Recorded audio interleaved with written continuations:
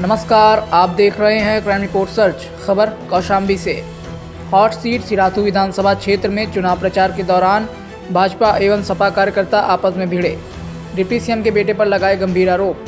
UP के कौशाम्बी में hot seat Sirathu विधानसभा क्षेत्र के भाजपा एवं सपा कार्यकर्ता चुनाव प्रचार के दौरान मामूली बात पर आपस में भिड़ गए। सपा कार्यकर्ताओं ने बिना किसी कारण भाजपाइयों पर मारपीट का आरोप लगाया। सपाइयों का आरोप है कि मामले की जानकारी होते ही डिप्टी सीएम केशव प्रसाद मौर्य के बेटे योगेश मौर्य भी मौके पर पहुंचे और उन्होंने भी 10 मार्च के बाद सपा कार्यकर्ताओं को देख लेने की धमकी भी दी।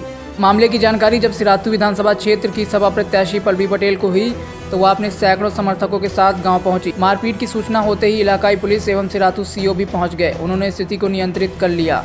वहीं कार्यकर्ताओं ने पुलिस पर भी मामले को रफा दफा करने का आरोप लगाया है।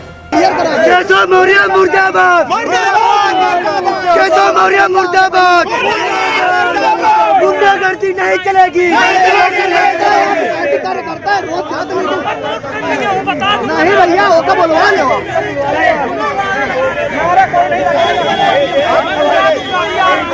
अरे भैया, ये जनता लोग हैं, दुनिया की जनता वोट नहीं गई। जनता वोट बताओ, जनता वोट नहीं गई। जनता वोट नहीं गई, बताओ। आपसे कोई लेवल अपना नहीं।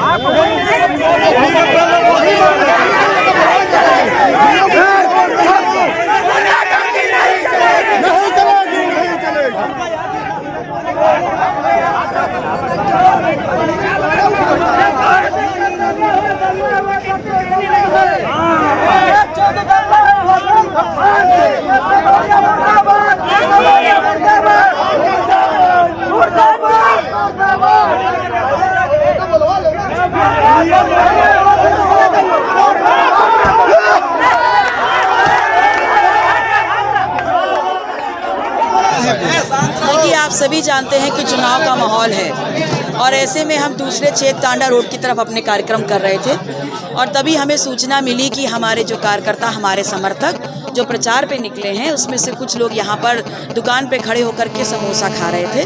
और ऐसे में यहाँ पर केशव जी के बेटे योगेश मौर्य जी, उनके सहयोग में उतरे नीरज मदनवाल जी और ब्रजेश मौर्य अपने तमाम समर्थकों के साथ आए हैं और उन्होंने हमारे लोगों के सर पे टोपी देखी और झंडा देखा और बिना कुछ बात किए उन्होंने चैला फेंक के मारा है, जिससे यहाँ पर जो एक रिटायर्ड फौजी हैं जो कि बगल में खड़े होकर के समोसा खा रहे थे, उनके हाथ पे चोट लगी है, उनका हाथ टूट गया है और पैरों में चोट आई है। लगभग कितने लोग थे? उनकी तरफ से मेरा अंदाजा है लगभग 100 के करीब लोग थे। क्या इसकी शुरुआत योगेश मौर्य ने की? देखिए, इसकी शुरुआत तो वहाँ पर जो व्यक्ति थे नीरज मोदनवाल, उन्होंने की थी और उसके बाद वहाँ पर योगेश मौर्य खड़े होकर के गाली दे रहे थे और ये धमकी दी है कि जान सलामत नहीं रहेगी और 10 मार्च के बाद देख लेंगे। ऐसा क्यों किया जा रहा है?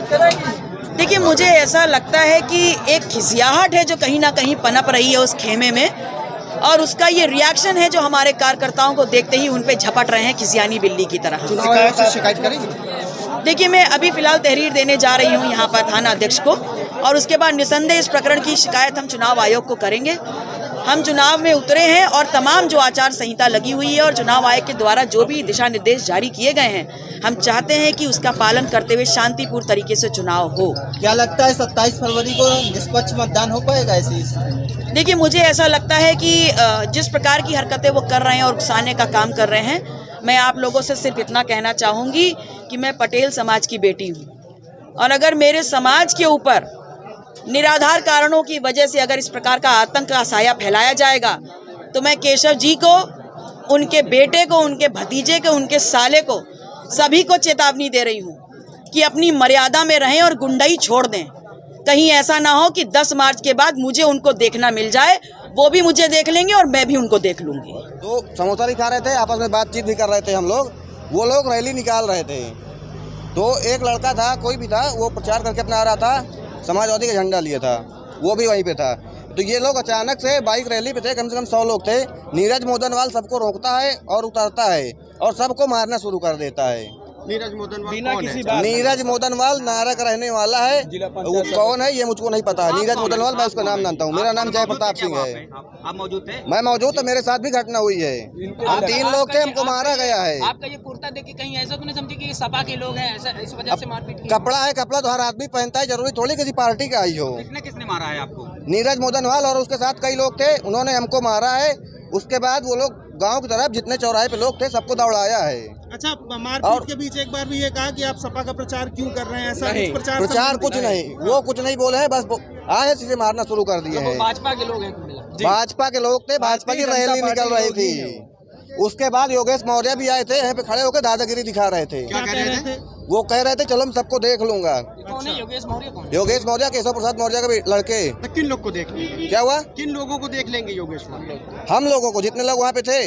उसके बाद भी सब लोग आ गए थे। समाजवादी पार्टी के काफी लोग वहाँ पे इकट्ठा हो गए थे। और कौन आया था उसके बाद? उसके बाद कई गाड़ियाँ थी योगेश मौर्य के साथ। क्या पुलिस आई? क्या आपने कोई शिकायत की अभी तक?